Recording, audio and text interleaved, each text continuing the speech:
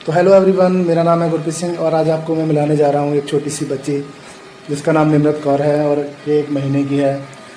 सर्दी खांसी जुकाम इसको बहुत ज़्यादा था, जिसकी वजह से ये सांस भी अच्छी तरह से नहीं ले पा रही थी और ना कि दूध पी पा रही थी।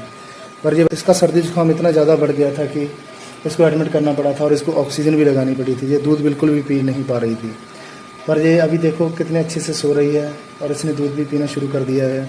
अभी ये काफ़ी कंफर्टेबल है। तो आप सभी लोग दुआ करें कि ये जल्दी ठीक हो और अपनी मम्मी डैडी के पास जाए। थैंक यू दोस्तों।